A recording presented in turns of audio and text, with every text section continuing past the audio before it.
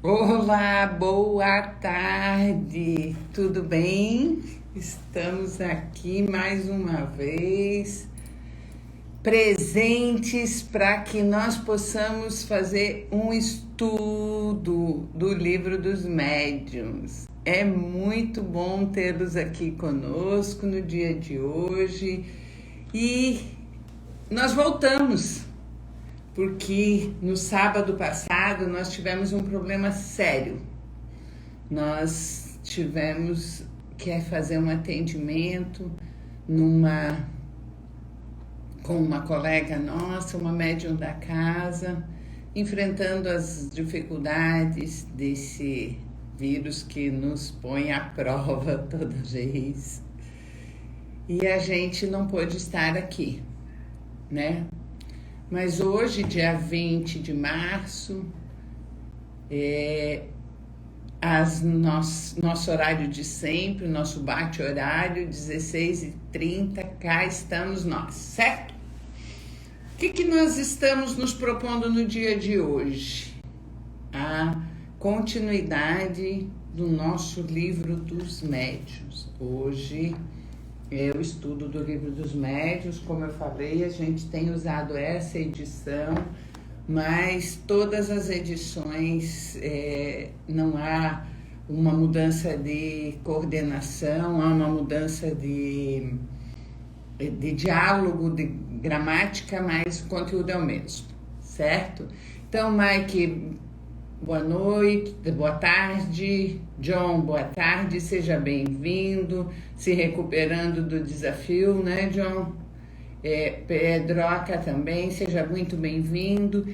E o nosso propósito de hoje, então, resgatando, nós já estamos no capítulo 4, nós estamos estudando, depois que passou a questão dos espíritos, se há espírito.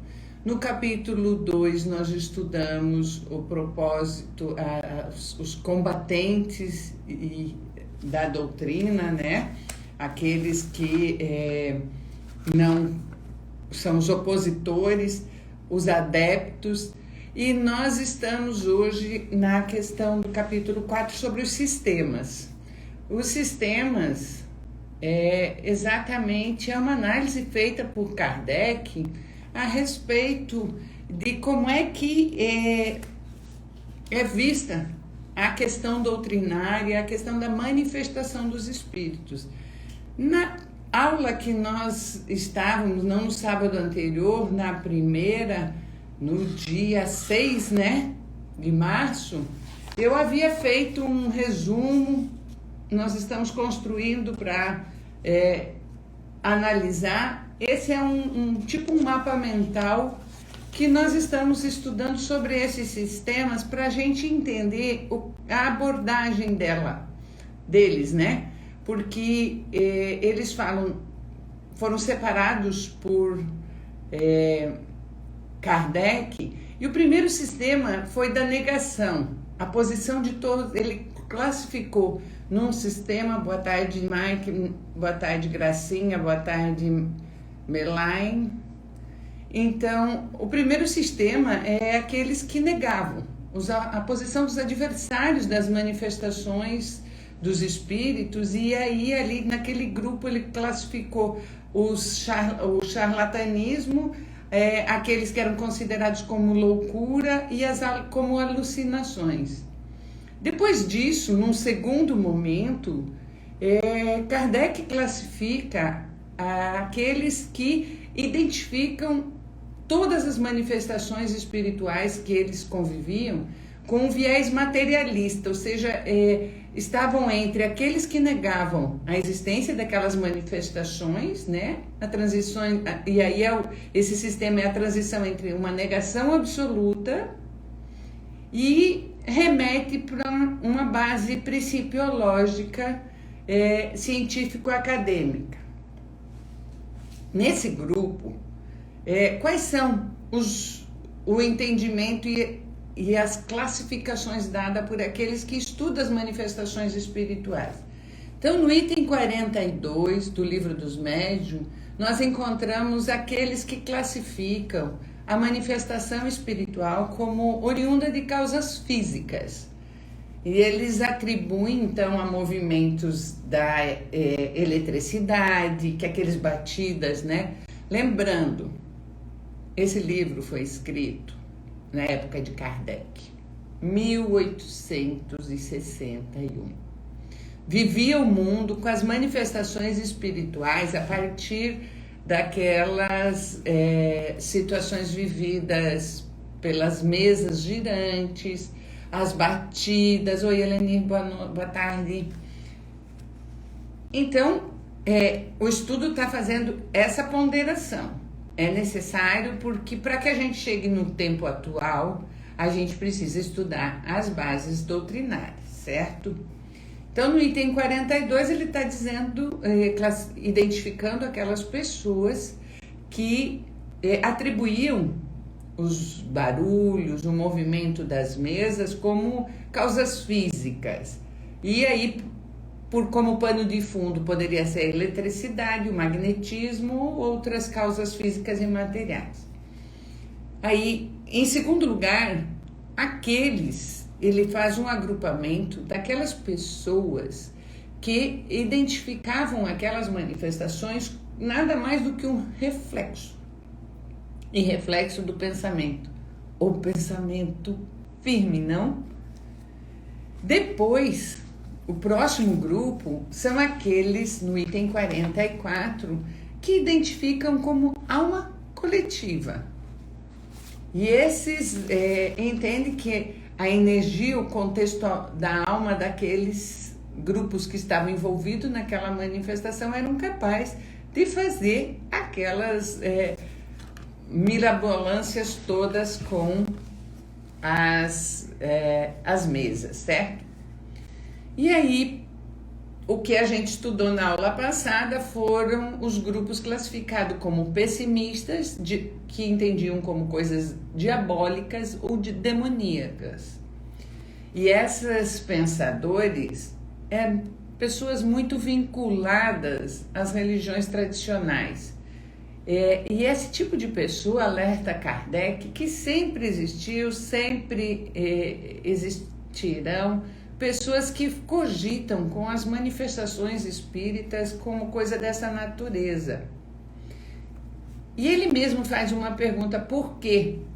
Porque as religiões têm sempre um viés de fanatismo, de interesse próprio e a prepotência.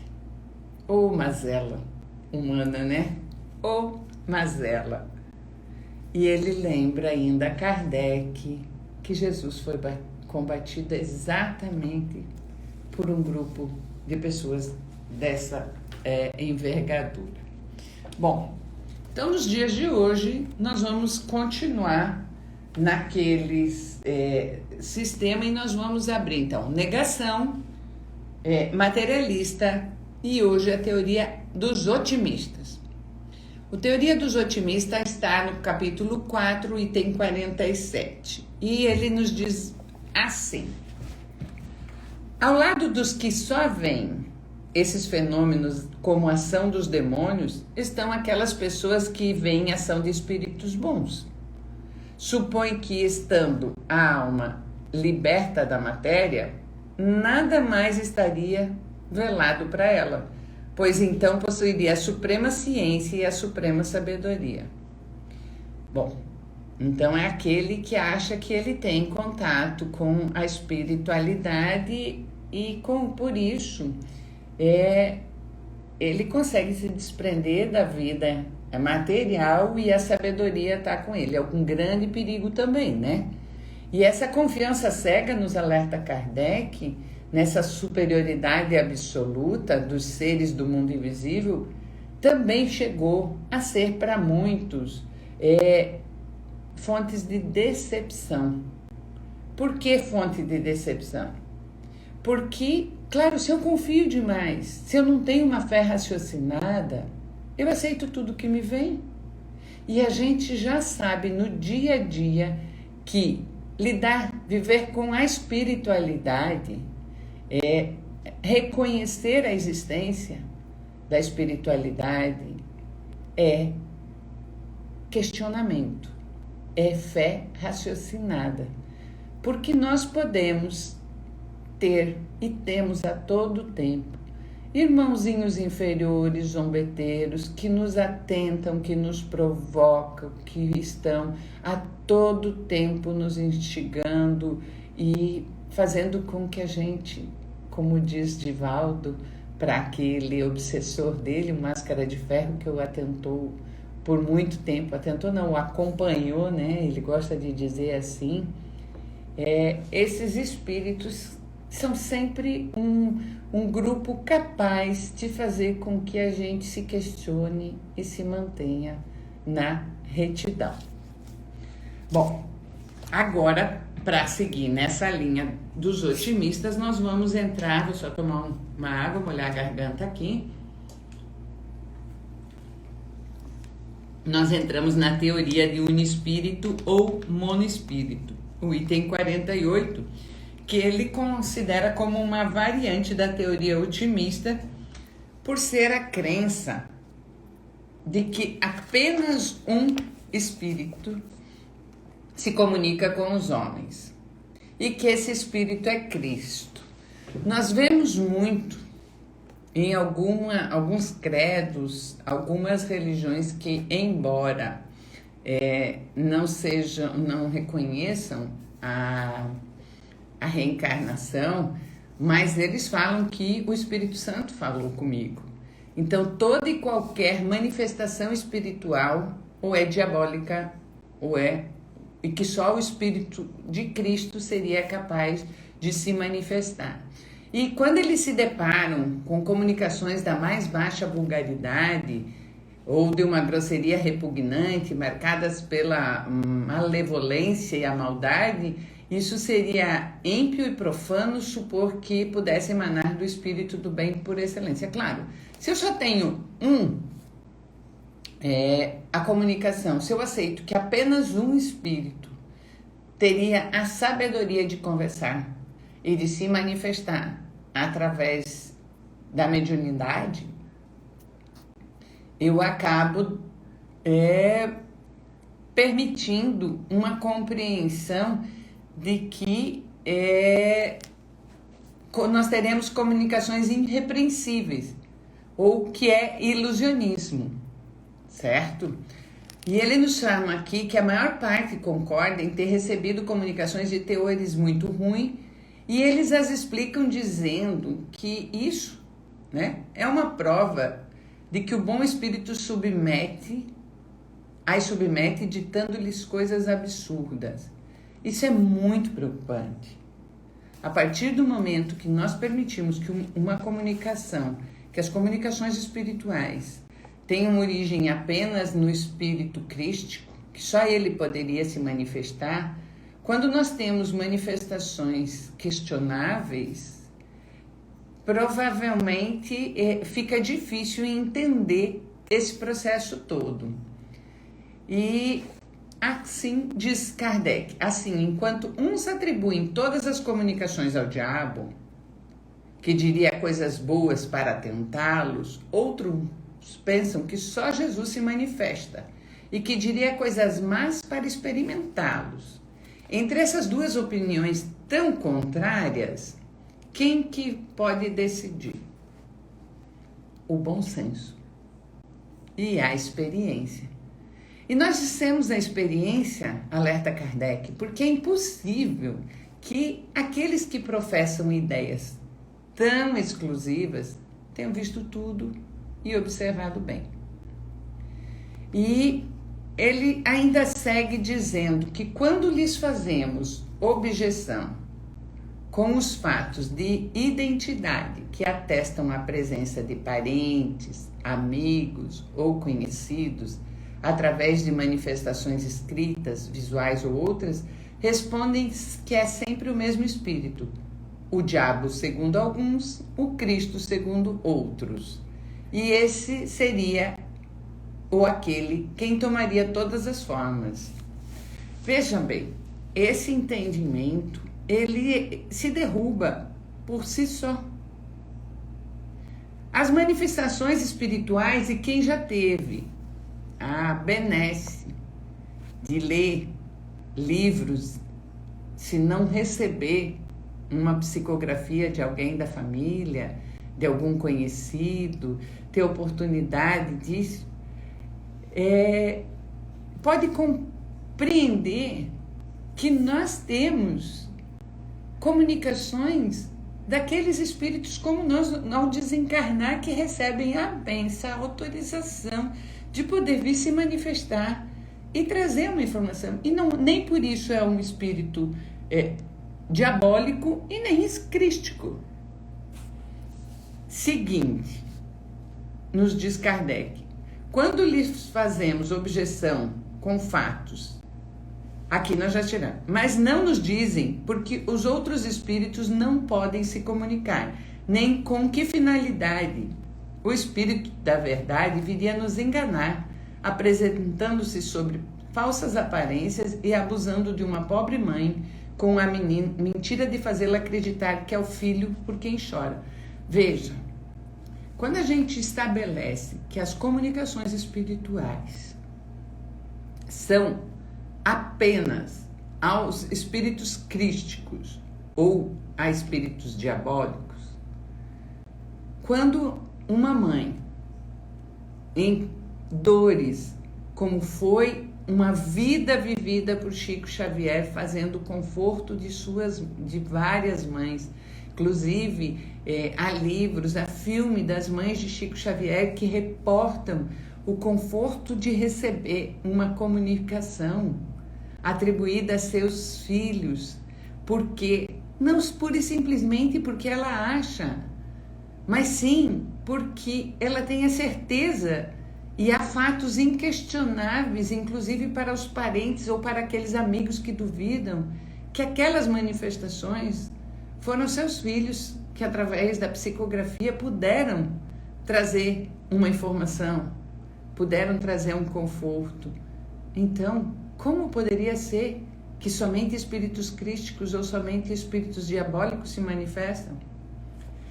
Ainda nesse mesmo item, Kardec aponta: a razão se recusa a admitir que no mais santo entre todos os espíritos se rebaixe a representar semelhante comédia. Além disso, negar a possibilidade de qualquer outra comunicação não é tirar do espiritismo o que mais terno ele tem, a consolação dos aflitos. Afirmamos simplesmente que tal teoria é irracional e não resiste a um exame sério. Então, o que Kardec alerta aqui? Se somente os espíritos crísticos fizessem comunicações, ou os espíritos diabólicos, quando essas mães de Chico, que a gente já chamou a atenção,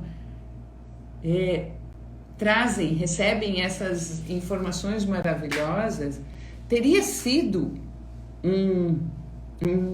o espírito da verdade, vamos assim chamá-lo, que parou para vir confortar aquela mãe. E aí, o que nós temos na doutrina de mais maravilhoso, além da fé raciocinada, é termos a certeza de que nossa vida é uma só e que nós estamos em um dos momentos encarnatórios. E hoje, mais do que outrora, a comunicação espiritual, através dos médiuns, através de manifestações pela psicografia ou mesmo pela fala, por recados, são constantes. Muito mais do que no tempo de Kardec, e aquele período ele foi capaz, no meio daquela França questionadora século XIX, fazer essa afirmação. Mas até hoje, ainda, nós encontramos adeptos questionando essa situação. Então, como ele disse, essa teoria é irracional e não resiste a um exame sério. Aqui nos diz o déjà vu da mente que o mais incrível é que a doutrina nos mostra através de ciência e provas a veracidade dela. Bom, isso é verdade. A cada dia, os cientistas estão conseguindo provar a existência de Deus. A Nete mesmo faz um relato, a Nete Guimarães, em uma das palestras, que ela foi desafiada na sua turma de medicina pelo professor de neurociência a provar que Deus existe. E eles, um grupo de jovens acadêmicos de medicina, foram e comprovaram para aquele professor a existência de Deus. A gente sabe que o ateu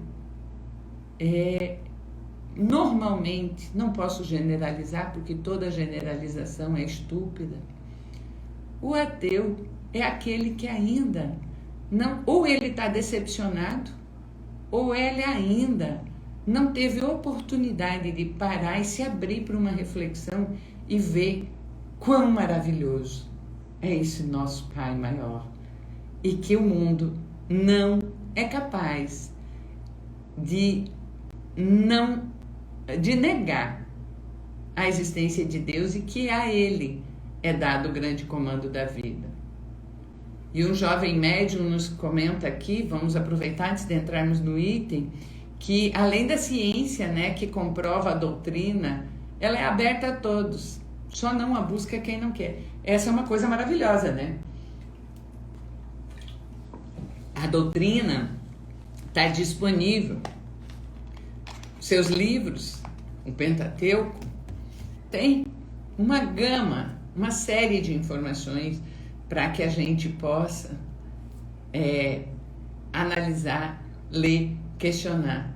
É verdade, John, fácil é falar que não existe, mas com fulcro em que se não houve experimentações. Eu, essa semana, conversando com uma amiga que se diz ateu, à toa, ateia, brincadeiras à parte, mas com respeito, ela disse, eu tenho medo, minha mãe já está com demência e ela começa a dizer que tem gente aqui, o médico aumentou o remédio dela e ela fica na dúvida, nunca teve coragem de estudar um pouco, sempre se disse contrária por uma posição própria de se envolver com a religiosidade, não aceitar. E eu sei que isso é característica da minha geração e é com muito amor no coração que a gente percebe esses jovens que estão aí, pelos que nos acompanham, de como Jesus tem se feito mais presente na vida desses jovens. Como a gente encontra a cada dia mais jovens propagando Jesus sem vergonha. Divulgando a sua fé com certeza. E isso é maravilhoso e é uma forma de nós podermos rever esse posicionamento, principalmente para minha geração. A gente reconhecer que a matéria que a gente tanto busca, o conforto, busca o ter, ela só vai chegar na nossa mão se nessa encarnação nós tivermos ela como um propósito de fazer o bem. Agora, se a ausência dela é a nossa provocação, só lamento. Então, vamos tentar compreender e estudar um pouco mais. Bom, voltando aqui para o nosso livro dos médiuns, o estudo, nós vamos começar agora a teoria de multiespírito ou poliespírito. E ele começa assim, dizendo que todas as teorias que nós acabamos de passar em revista, sem exceção, todas as últimas, inclusive aquelas de teor negativo, elas se apoiam na observação de casos, mas observações incompletas ou mal interpretadas. Porque é uma forma, aqui ele faz uma abordagem de que se uma casa de um lado ela é vermelha e do outro lado ela é branca, se nós olharmos essa casa apenas pelo lado branco ou pelo lado vermelho, nós só fazemos a observação e atestamos que aquela casa ou é branca ou é vermelha.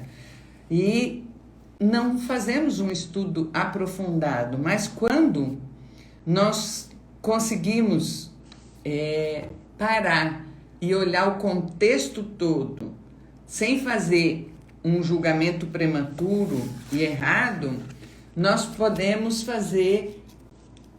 chegar à conclusão daquela casa é tanto vermelha quanto branca. É muito bonita essa forma que ele nos traz para fazer a reflexão, porque nós temos hábitos equivocados, muitas vezes, de olhar e enxergar as coisas apenas pelos nossos olhos.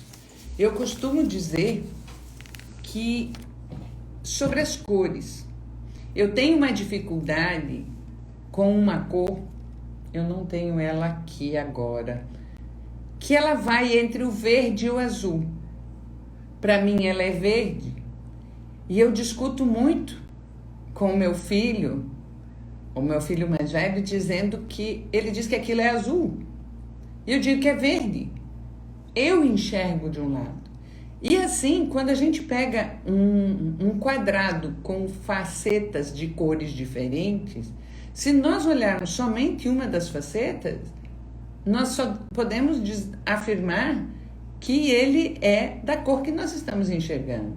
Se nós enxergarmos as duas facetas ou três facetas, quando a gente pega um cubo, nós podemos chegar à estupidez de dizer que só tem aquelas três cores. E isso é uma forma equivocada de não olhar holisticamente para o processo. E Kardec, voltando aqui, ele diz: eis as consequências gerais obtidas de uma observação completa, as quais constituem hoje, pode-se dizer, a crença da universalidade dos espíritos, pois as teorias restritivas não são mais opiniões isoladas. Então ele faz um convite para a gente olhar holisticamente as manifestações dos espíritos, as manifestações espíritas, para dizer que os fenômenos espíritos hoje são produzidos por inteligências extracorporais ou por espíritos. Os espíritos, o segundo item que ele atesta e é capaz de afirmar, os espíritos constituem o mundo invisível. Eles estão em toda parte, povoam espaços no infinito. Há incessantemente espíritos em torno de nós com os quais estamos em contato. Esse tema é um tema bastante curioso, porque muitas e muitas vezes nós vemos pessoas que a gente fala, inclusive espíritas. Aqui ao nosso lado tem mais espíritos. Eu mesmo aqui estou na minha sala de aula, a nossa sala de terapia, e no mínimo estou eu e o meu mentor. Mas eu tenho certeza que aqui ao nosso lado estão vários outros. E assim é na nossa vida. Por mais que a gente queira negar, essa presença do mundo espiritual ao nosso redor é uma realidade e é uma constante. A terceira assertiva diz assim: os espíritos atuam sem cessar sobre o mundo físico e sobre o mundo moral e são uma das forças da natureza.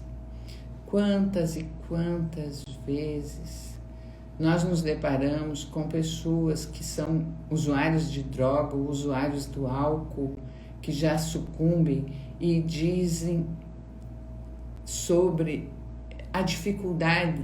Tem uma vozinha que fala para mim, e muitas vezes nós não somos capazes de compreender o quão aquela pessoa está sendo instigada até por espíritos inferiores, nossos irmãozinhos atrapalhadinhos, como diz o John, que dependem ainda, que desencarnaram, mas ainda se encontram dependendo das energias do álcool, das energias do cigarro, da energia das drogas, e precisam dessa energia e estimulam os nossos irmãos encarnados a voltar para a droga. E o John, que enxerga, tem a mediunidade, muitos dizem que é bonita, mas eu sei o quão difícil para ele é de conviver com visões dos espíritos desencarnados o tempo todo, confundindo-se com os encarnados. Ele diz aqui que aqui tem muitos espíritos aqui nessa sala e está uma falação sem fim. Nós é que não ouvimos, ele consegue ouvir pelo vídeo. Bom, a outra assertiva de Kardec nesse item diz que os espíritos não são seres à parte da criação. São alma dos que viveram na Terra em outros mundos, mas libertas dos seus envoltórios corporais. Disso resulta que as almas dos homens são espíritos encarnados e que ao morrer nos tornamos espíritos. Essa é a grande verdade. A gente pergunta, tá, mas é hora que terminar minha etapa terrena? Gente, o Covid está aí, levando tanta gente a rodo, tal qual foi um tsunami, tal qual foram doenças de situações pretéritas, a peste negra e tal. Para onde vão? Além daqueles que terminam a sua etapa e morrem por diversos outros fatores. Para onde vão esses espíritos? Para o planetário. Agora, aonde eles irão ficar, esse é o desafio. Eles vão ficar vibrando no orbe terrestre, vinculado à matéria, tentando lembrar, porque aquele carro era meu, porque aquele dinheiro fui eu que fiz, porque eu não gosto de fulano, porque foi fulano que me matou, e ficam nessa vibração da crosta terrena, ou vão evoluir e conseguir ir para uma cidade espiritual, se arrepender e se melhorar e se repaginar, capaz de poder voltar? A escolha de cada um.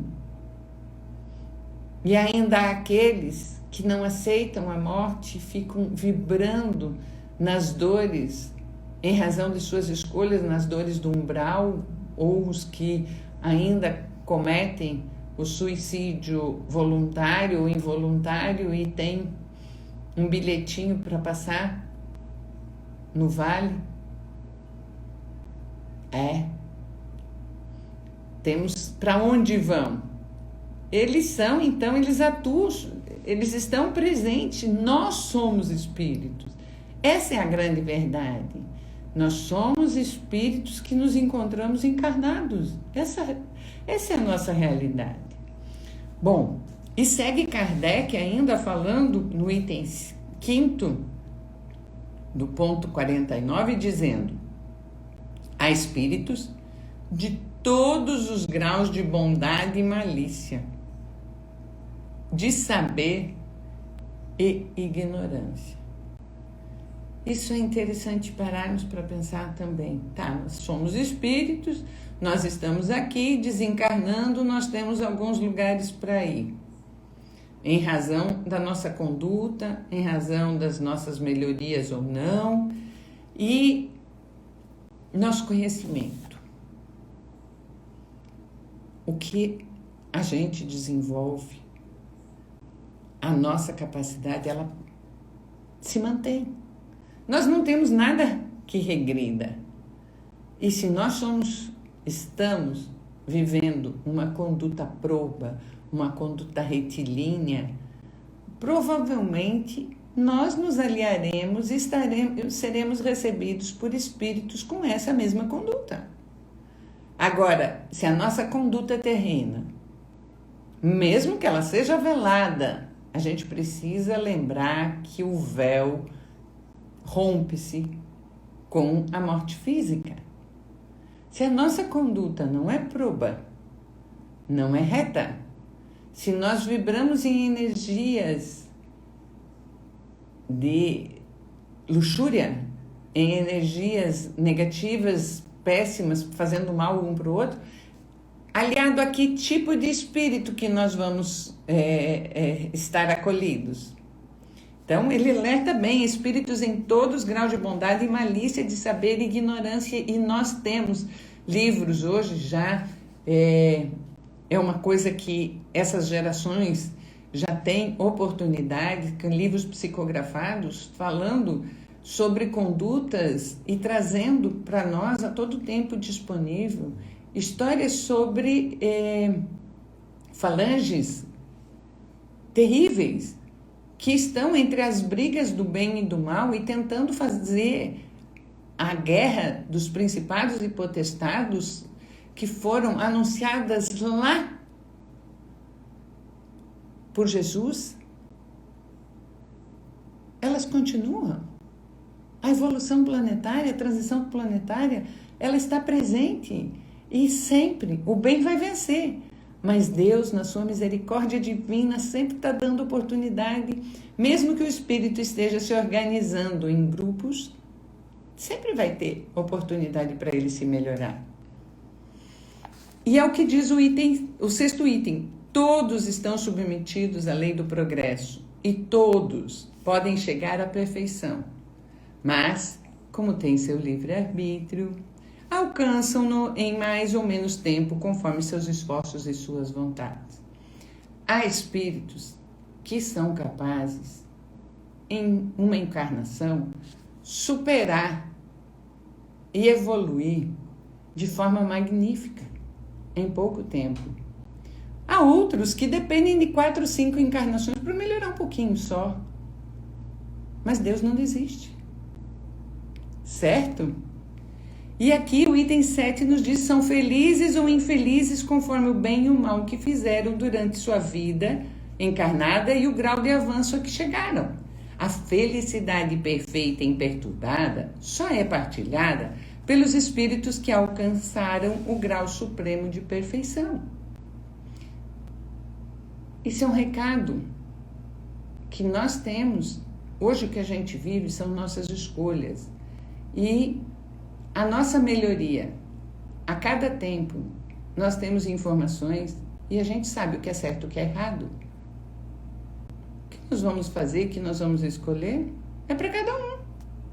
Eu, por mais que eu queira que meus filhos, que os meus parentes, que as pessoas que eu amo, que os meus amigos sigam no caminho do bem, eu posso, não adianta eu ficar empreendendo os ouvidos. Eu posso falar, posso mostrar com o meu exemplo, mas eu não tenho como fazer com que as escolhas de cada um sejam dessa forma.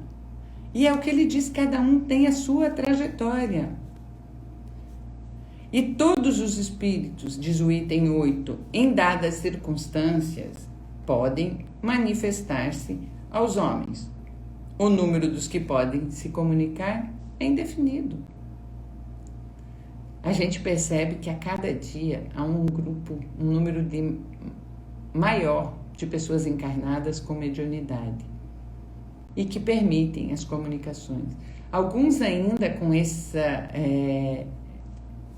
caminho aberto têm medo de si próprio. Outros acham que isso são superpoderes. Outros ainda fazem uso da sua mediunidade, na sua capacidade de fazer profecia, para levar vantagens materiais. É a escolha, certo? Então, o número de pessoas que estão encarnadas é indefinido. Isso já era 1860, na metade do século XIX. E aí, a partir de reconhecer que esse número é grande, ele, no item 10, diz: reconhece a superioridade ou a inferioridade dos espíritos por sua fala. Os homens, os bons, só aconselham o bem, só dizem coisas boas. Tudo neles atesta sua elevação. Os maus enganam. E todas as suas palavras trazem o selo da imperfeição e da ignorância. Essa é uma grande dica, né? Quando a gente está conversando com alguém que tem mediunidade e ela diz, eu estou com uma intuição ou até com uma comunicação, você fica na dúvida sobre a informação recebida. Uma forma muito simples está aqui. Se é um bom espírito, ele só aconselha o bem. E só diz coisa boa. E atesta a elevação dele pelo aquilo que ele te recomenda. Os maus enganam e suas palavras trazem o selo da imperfeição e da ignorância. Tem um palestrante espírita, não sei se vocês conhecem, o Haroldo Dutra Dias, que é aquele juiz de Minas Gerais. Ele tem uma dica que eu adotei e acho bastante relevante. Quando você está na dúvida, dá uma paradinha, pensa e diz, se aquilo que eu estou fazendo, a grande maioria da população, a grande maioria daqueles que convivem comigo, fizessem a mesma coisa, isso faria um mundo melhor? Que repercussão isso traria? Se todo mundo usasse dessa prática? Ou seria um caos? Essa é uma boa forma de você analisar a sua decisão, a sua conduta, diante de qualquer fato, seja ele pequeno ou grande. Fica a dica. E, para fechar esse item, ele diz, os diferentes graus que os espíritos percorrem estão indicados na escala espírita, no Livro dos Espíritos, capítulo 1, número 100. O estudo dessa classificação é indispensável para avaliar a natureza dos espíritos que se manifestam, suas boas e más qualidades. Então, ele faz uma remessa aqui para o Livro dos Espíritos, na questão 100, aonde tem escalonado quais são os tipos de espíritos, graus evolutivos.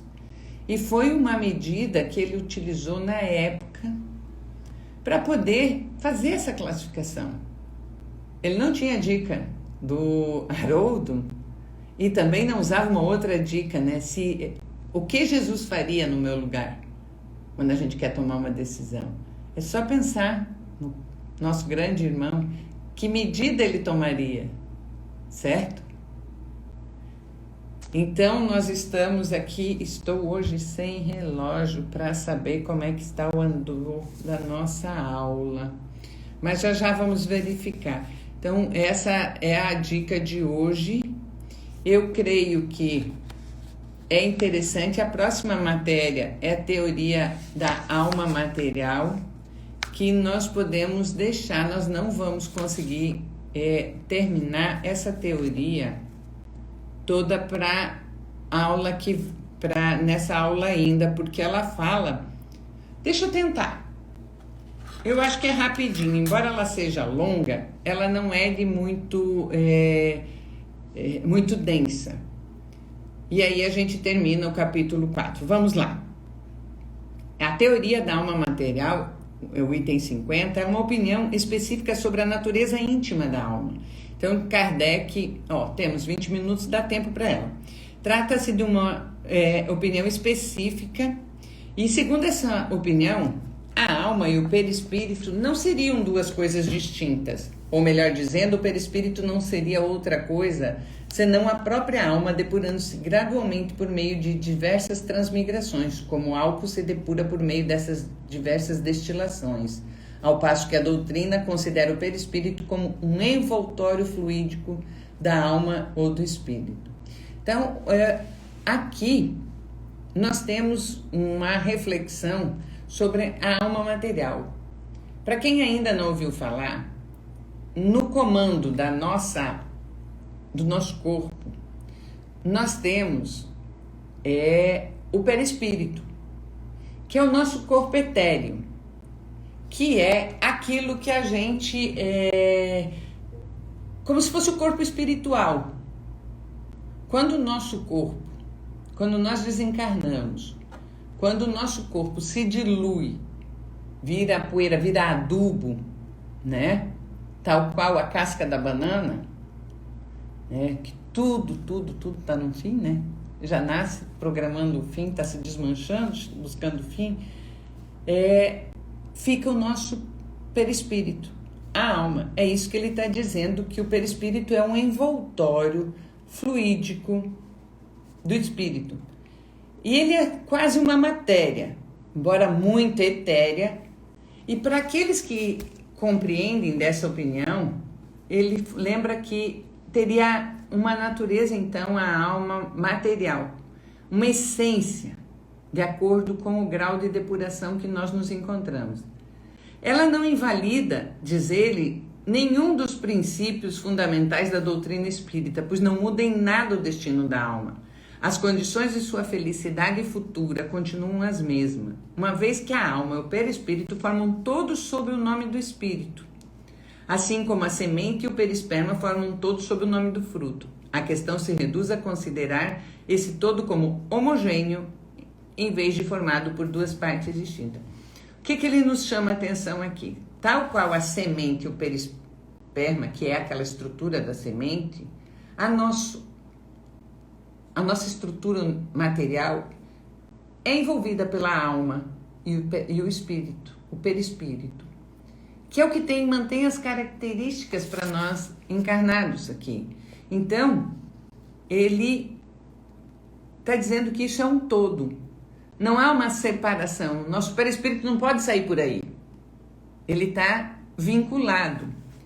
Como se vê, diz Kardec, isso não traz nenhuma outra consequência e não teríamos falado a respeito se não tivéssemos encontrado pessoas inclinadas a enxergar uma nova escola em algo que definitivamente não é senão uma simples interpretação das palavras.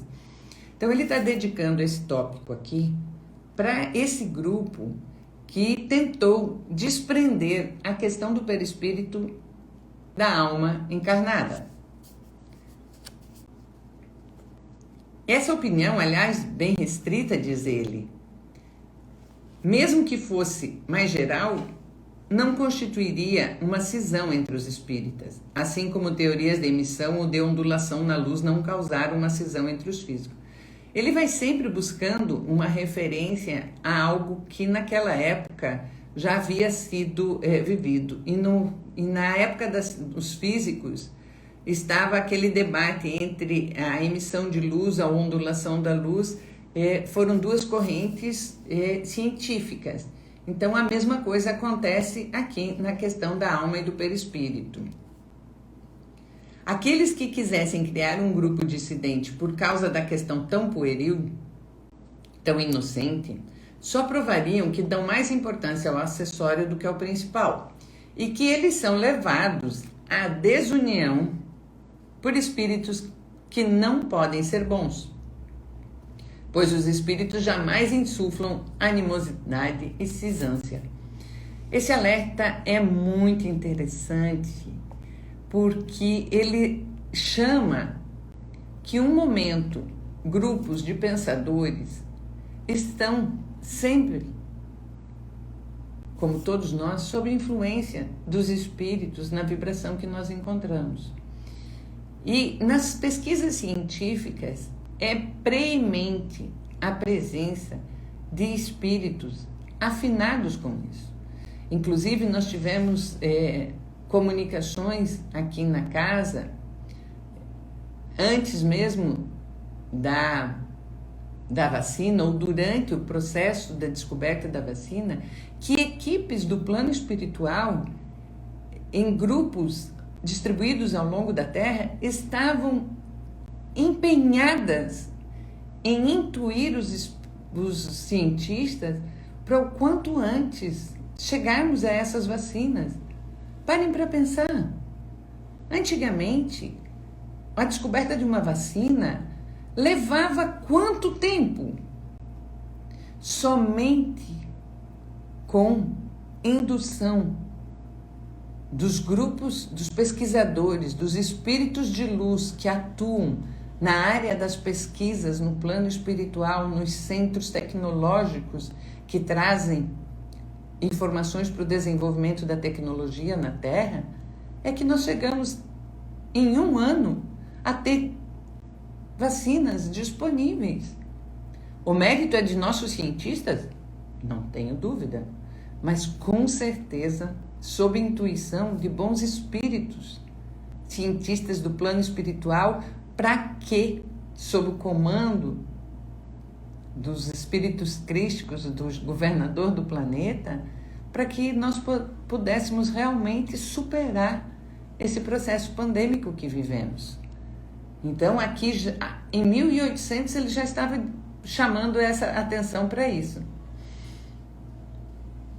É por isso que conclamamos todos os verdadeiros espíritos a se manterem em guarda contra semelhantes sugestões e não a atribuir a certos detalhes mais importâncias do que merecem. O essencial é o fundo. Quantas e quantas vezes nós perdemos tempo, como diz o ditado, investindo muito mais no caldo do que na sopa. Quantos e quantas vezes nós despendemos energia em coisas que são supérfluas. É isso que ele está nos alertando. E ainda chama a situação. Todavia, acreditamos que devemos dizer em algumas palavras em que se apoia a opinião dos que consideram a alma e o perispírito duas coisas distintas. Esse ponto de vista, nos diz ele, está fundado no ensinamento de espíritos que jamais mudaram sua posição a esse respeito. Referimos-nos a espíritos esclarecidos, pois entre os espíritos, aos que não sabem mais do que os homens, ou sabem até menos. Já a teoria contrária é uma concepção humana. Veja, tem uma outra dica aqui dentro. Nós temos grupos que nos acompanham de espíritos esclarecidos. E dentro deles, dos que circulam no orbe terrestre, há espíritos que sabem a mesma coisa que nós. Não é porque ele está na condição de não ter matéria e está circulando, está convivendo conosco, é porque ele nos conhece mais. Não. Às vezes, eles não sabem nem o que a gente já está sabendo. Por quê? Há situações que vou relatar aqui, teve um determinado momento que em alguns tratamentos doutrinários há manifestações de espíritos que dizem, a gente pergunta para ele tentar situar, ele está sofrendo, reclamando de coisas materiais, da bicicleta, ou reclamando da terra, ou reclamando do meu patrimônio.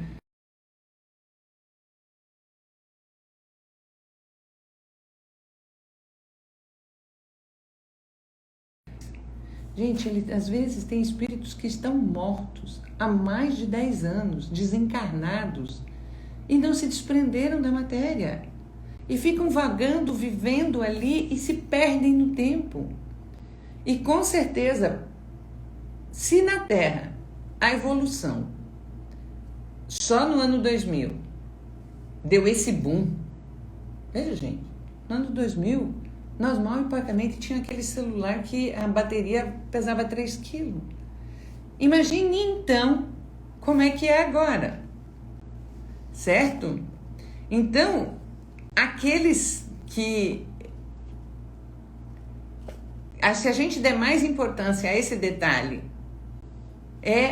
nós perdemos a essência.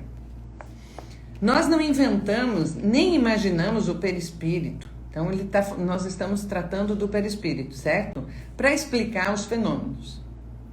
Sua existência nos foi revelada pelos espíritos e a observação nos confirmou isso.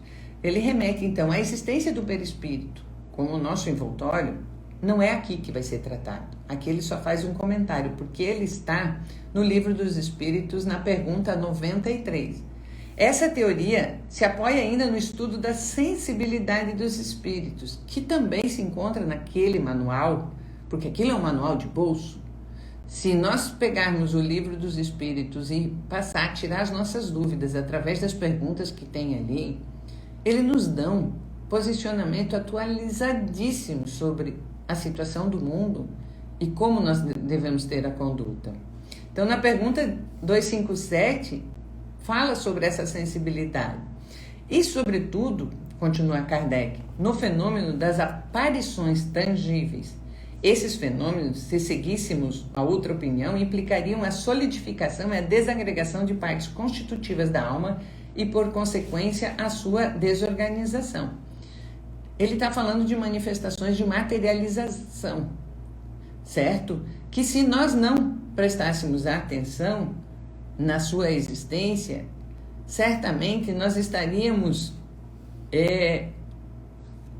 perdidos nesse vínculo de perispírito e alma.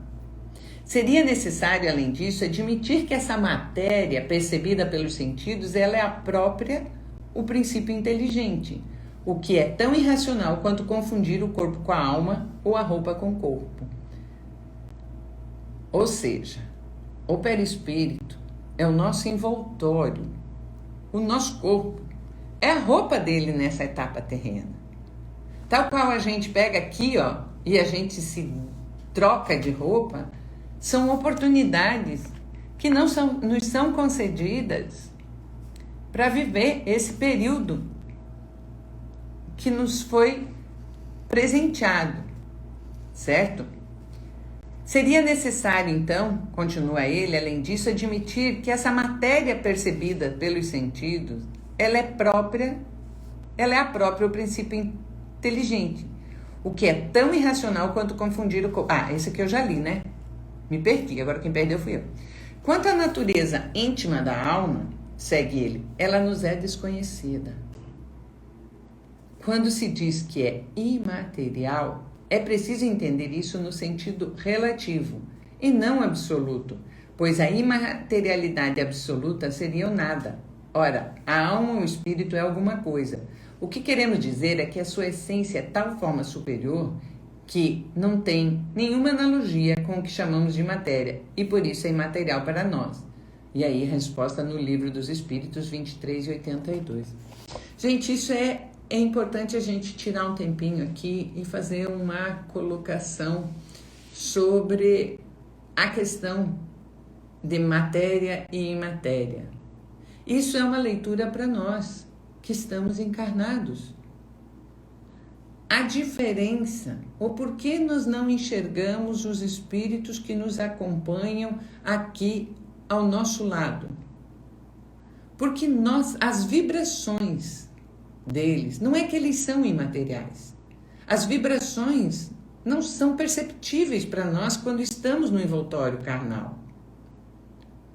O espírito tem todas voltando às experiências. Por que eles, quando se comunicam, espíritos sofredores, espíritos que estão numa situação mais delicada, ou os nossos irmãozinhos atrapalhadinhos, e vêm querer reclamar de um patrimônio, ou querer um gole de cachaça, que a gente sabe que muitas linhas espíritas fazem trocas e negociam com os espíritos, é porque eles ainda estão apegados. E eles vivem numa condição imaterial. E quando a gente fala sobre as cidades espirituais, sobre o plano terreno, os espíritos vêm nos dizendo ao longo do tempo, relatando as cidades espirituais que estão sobre cada estado, sobre cada grupo na Terra, é onde Divaldo fala muito de redenção sobre o Nordeste. Nós aqui em Santa Catarina temos águias. No Rio Grande do Sul, amoras. O que são? São vibrações. Estão ainda no processo evolutivo terreno. É melhor que aqui.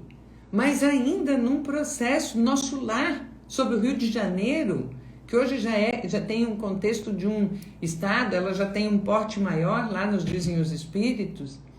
Então, quando nós não enxergamos esses espíritos que nos acompanham, porque nós não temos capacidade de perceber essa vibração.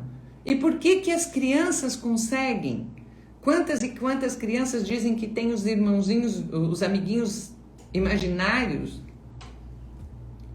Quantas e quantas pessoas que veem aos certos vultos, têm a mediunidade da visão, às vezes não tão curada, é essa vibração que nós não percebemos. É por isso que nós não temos a capacidade ainda e nem tecnologia para perceber as populações que vivem em outros planetas. É exatamente isso que a gente chama de matéria para nós, e imaterial é relativo. E aqui nós temos ainda, para fechar, a resposta dada por um espírito sobre o assunto, que é o que eu vou ler. Os que alguns chamam de perispírito não é outra coisa senão o que os outros chamam de envoltório material fluídico. Direi, para me fazer compreender de uma forma mais lógica, que esse fluido é o aperfeiçoamento dos sentidos, expansão da vista e do pensamento. Refiro-me aqui aos espíritos elevados. Quanto aos espíritos inferiores, os fluidos terrestres ainda estão completamente impregnados neles. Logo, trata-se de matéria, como vocês podem entender. Por isso, tem de suportar a fome, o frio, etc. Sofrimentos que não afetam os espíritos superiores, visto que os fluidos terrenos são depurados no nível do pensamento, isto é, da alma. A alma, para seu progresso, tem sempre necessidade de um agente. A alma sem esse agente não é nada para vocês. Ou melhor dizendo, não pode ser concebida por vocês. O perispírito, para nós, espíritos errantes, é o agente pelo qual nos comunicamos com vocês, seja indiretamente por meio do seu corpo ou do seu perispírito, seja diretamente com suas almas. Daí as infinitas nuances de médios e de comunicações. Restaria abordar o perispírito do ponto de vista científico, isto é, em relação à sua essência.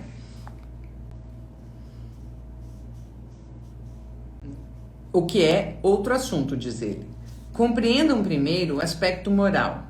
Restará somente discussão sobre a natureza dos fluidos, o que é inexplicável no momento. A ciência não conhece o bastante, mas chegaremos a isso se a ciência quiser caminhar com o espiritismo. O perispírito pode variar e mudar ao infinito.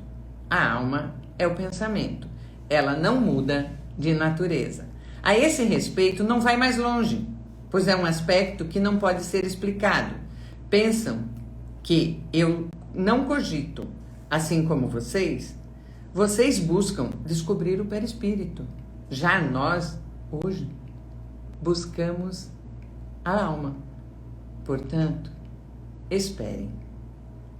Assim, se os espíritos que podem ser considerados avançados ainda não puderam sondar a natureza da alma, como poderíamos fazê-lo? Logo, é perder tempo querer perscrutar o princípio das coisas, o qual, como é dito no Livro dos Espíritos, está entre os segredos de Deus. Pretender, com o auxílio do Espiritismo, perscrutar o que ainda não compreende a humanidade é desviá-lo de seu verdadeiro objetivo. É fazer como uma criança que quisesse saber tanto quanto um velho. O essencial é que o homem direcione o espírito para o aperfeiçoamento moral dele mesmo. Homem. O mais é apenas curiosidade estéril e muitas vezes orgulhosa, cuja satisfação não lhe fará dar o passo adiante. O único meio de avançar é tornar-se melhor. Os espíritos que ditaram o livro que traz o seu nome provaram sua sabedoria concentrando-se no que diz respeito ao princípio das coisas, aos limites que Deus não permite transpor, deixando aos espíritos sistemáticos e presunçosos a responsabilidade pelas teorias prematuras e errôneas, mais sedutoras que sólidas, as quais um dia sucumbirão diante da razão. Como tantas outras de cérebros humanos, esses espíritos disseram apenas o que era necessário para fazer o homem compreender o futuro que o espera e, com isso, encorajá-lo ao bem. Então, nós terminamos aqui o capítulo 4 e podemos encerrar a nossa semana para a primeira parte dos livros dos médios foi concluída. Na semana que vem, então, nós já falamos das teorias todas, nós vamos trabalhar sobre manifestações espíritas. E é com muita satisfação que eu concluo a aula de hoje, agradecendo a espiritualidade amiga que aqui se encontra, que nos amparou, que nos deu caminho para seguir, nos intuiu com explicações, a todos os que acompanharam a nossa live, que divulgaram o nosso trabalho, o trabalho da Casa Espírita Caminho da Nova Era é um trabalho pequeno ainda, em passo de formiguinha, é um grãozinho de mostarda no seio dessa doutrina maravilhosa, propagando a fé, propagando o amor, propagando a nossa evolução. Eu convido a todos, então, para que a gente, com o coração cheio de alegria, conclua a aula de hoje em oração especial por aqueles que se encontram enfrentando a dificuldade desse vírus que assola a humanidade. Ele e as consequências que ele traz nessa matéria, nessa carninha dura aqui, e que faz com que a gente pense muito sobre esse momento de desprendimento, nesse momento em que a gente vê que o corpo não é nada, e que a matéria não é nada, que o mais difícil que ele nos propõe é conviver, é disputar aquilo que é gratuito, que é o ar. Com tantas pessoas incubadas, com tantas pessoas que famílias sofrendo por isso, nós encerramos aqui com a oração que o nosso mestre nos ensinou, a oração do amor, a oração da cura. E eu convido para que cada um serene o seu coração e faça conosco, para que a egrégora de luz possa ungir os doentes e ungir aqueles que estão na frente, atendendo o corpo da saúde, desde da limpeza até aqueles que descartam essa matéria ao final, e o coração de cada um que sofre com as despedidas terrenas. Pai nosso que estais nos céus, santificado seja vosso nome. Venha a nós o vosso reino, seja feita a vossa vontade, aqui na crosta como no plano. O pão nosso de cada dia, dai-nos hoje. Perdoai, Senhor, as nossas dívidas, assim como nós perdoamos os nossos devedores. Não nos deixeis, Pai, cair em tentações, nos faz forte. E livrai-nos, Pai, de todos os males. Que assim seja. Um ótimo final de sábado, um domingo maravilhoso para iniciar o dia, iniciar a semana. E que Deus esteja no coração de cada um de vocês. Até mais. Até a próxima aula. Tchau, tchau.